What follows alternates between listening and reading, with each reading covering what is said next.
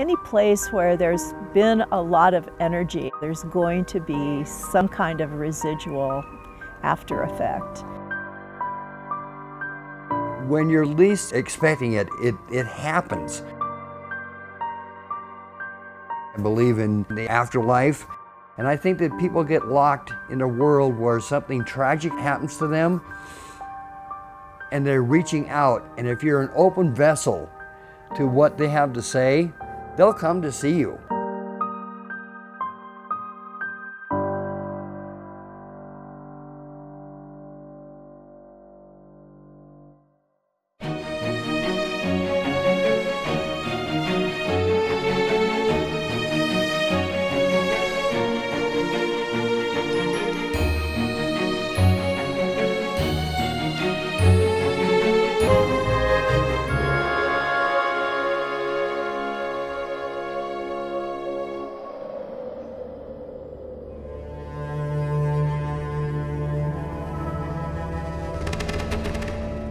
Hi, my name is Bill Koch. I'm the owner-operator of the Virginia City Opera House here in Virginia City, Montana.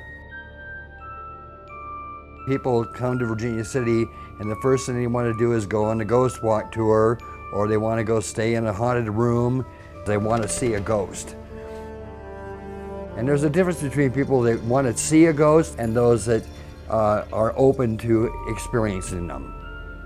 I've had so many experiences that it's not even funny anymore, and they happen randomly. Most of them have been very benevolent and funny ghosts. The first time I saw Hannah, I came around the corner to go into the costume shop, and there she was just standing there. And she's this little blonde girl, and she had this beautiful calico dress on, and I looked at her and she giggled and she just disappeared. About 6 years ago, some ghost hunter people came from Colorado, and they took an EVP down into the costume shop. They asked the room, "Is there anyone here?" And this voice came through the EVP saying, "Yes." "How many are here?" "7. "What is your name?" "Hannah." And it blew us all away. She loves to move costumes, hide them from people. She loves to hide props, which when you ask her to bring them back, it takes her about an hour for her to give up her precociousness, but she does bring them back. She loves candy and she loves flowers. But I'll tell you the scariest one that ever happened to me. It was in 1985. I lived in the rehearsal hall underneath the stairwell in this little room. There's a hatch that would be between the upper rehearsal hall area and the commissary down below.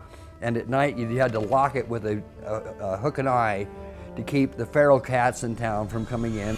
I'd lock that at night, make sure it was shut. I was just about ready to fall asleep. I was laying on my side. All of a sudden I heard boot steps coming down the stairs.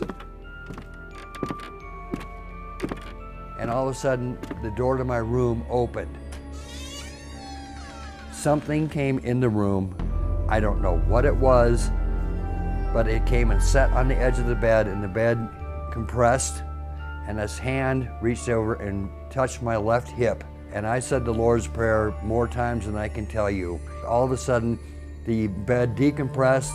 It went out the door. I laid there for about 5 minutes, 10 minutes, jumped up, went over, my door was locked, the stairwell was locked. I don't know what it was, why it was there. It felt like a dark, dark, dark, dark presence, and I'll never forget it as long as I live.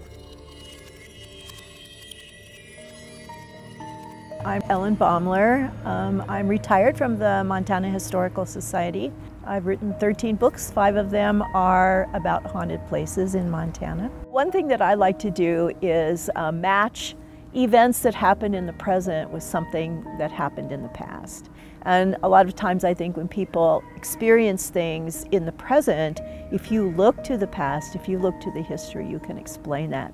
And there's this really great example in Virginia City. There's a little house, it's a very tiny little house on Culver Street. No one actually lives in there now, but for 30 years, the woman who did live there, she would go around and she would tell whoever would listen to her about this bloody apparition that she saw in her bathtub. And so when the house changed owners, the new owner called me. He said to me, you know, there is this story about the bloody apparition in the bathtub, and I'd really like to know before I rent it out to tenants if there's any truth to this story. I began to do a lot of research on the house. I came to the residents in 1908, who were a newly married couple. In 1919, he died of the Spanish influenza epidemic, and she was destitute, and she was apparently very depressed. I found her obituary, and it said, and I'm paraphrasing here, last Wednesday, Amanda McKean, being very despondent over the death of her husband, went to Butte, apparently for the purpose of buying a revolver.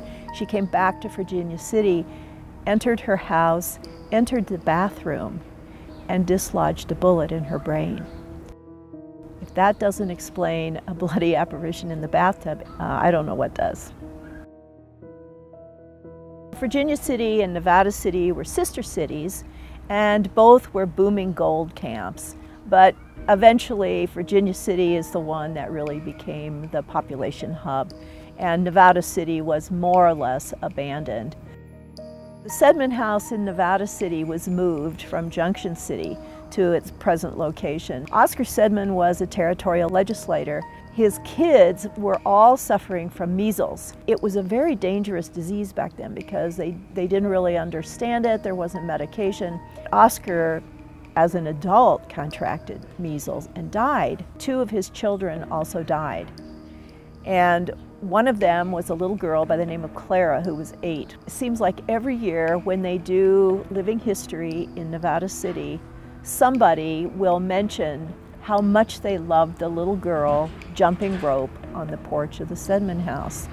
But there never is anyone jumping rope there.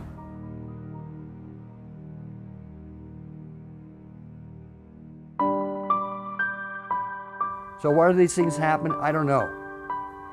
I can't explain it, but I think you have to be, as a human being, open to the fact that there are presences out there that there's no reasonable explanation for it whatsoever.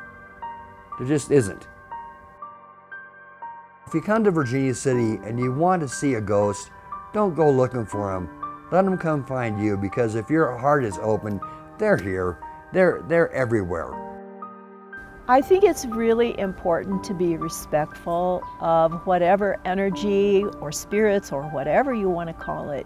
You can't look for those things. It just doesn't work that way. They have to happen randomly. If they didn't happen randomly, we'd be able to probably to explain it, and then it wouldn't be interesting anymore.